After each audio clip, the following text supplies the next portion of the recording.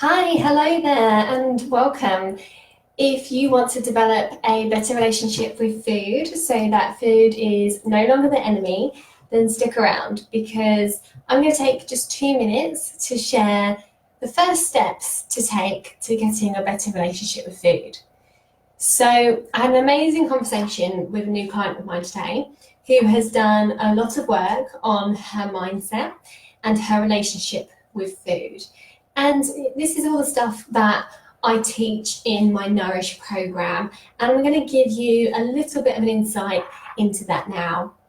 So, I really believe that just as important as the food that we eat is the relationship that we have with that food.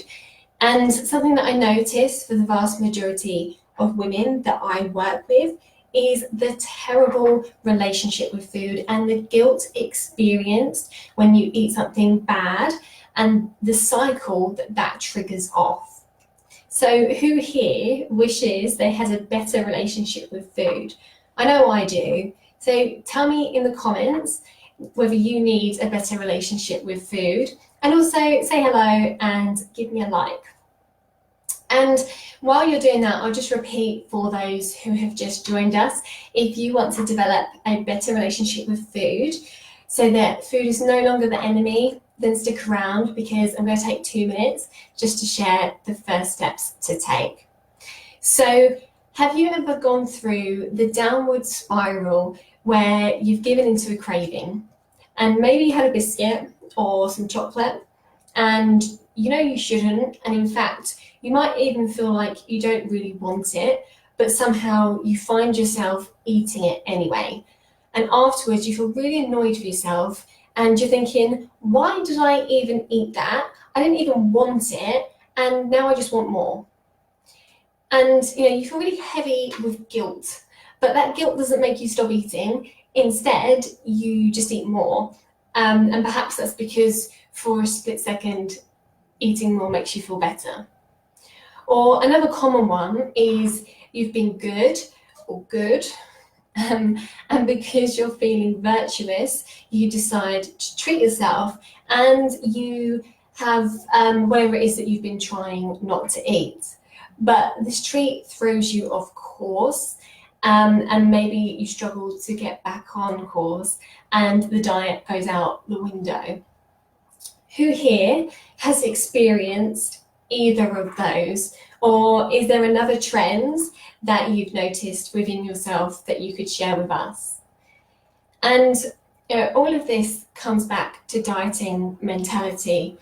Whilst you're on a diet or being good or on a health kick, just thinking in those terms, that creates foods that are good and foods that are bad.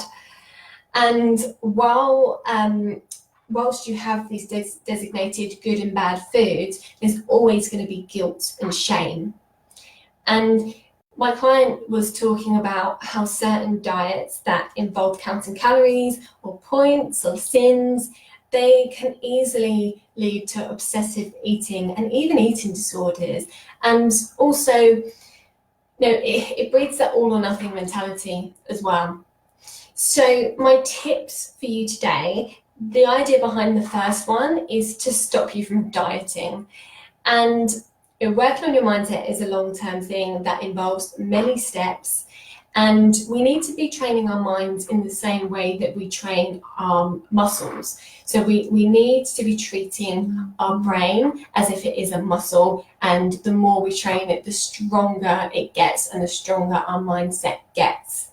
But the first tip, back to that, is to stop labeling foods as good or bad. So for the next week, I want you to pay extra special attention to this.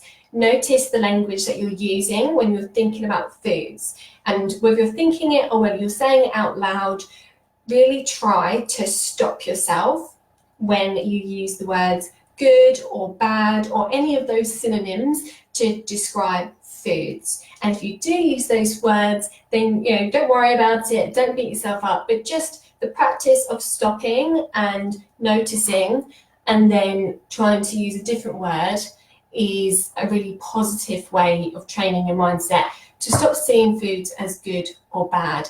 And that helps you to limit the amount of guilt that you feel when you make food choices.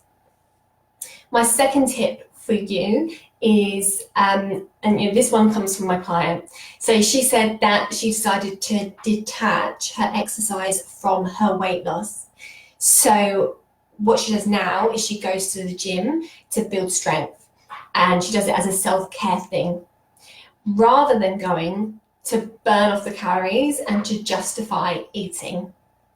And we had a really great conversation all about how this whole mindset of counting calories and then exercising to burn that food off, or exercising so that you're allowed to eat, is just so toxic.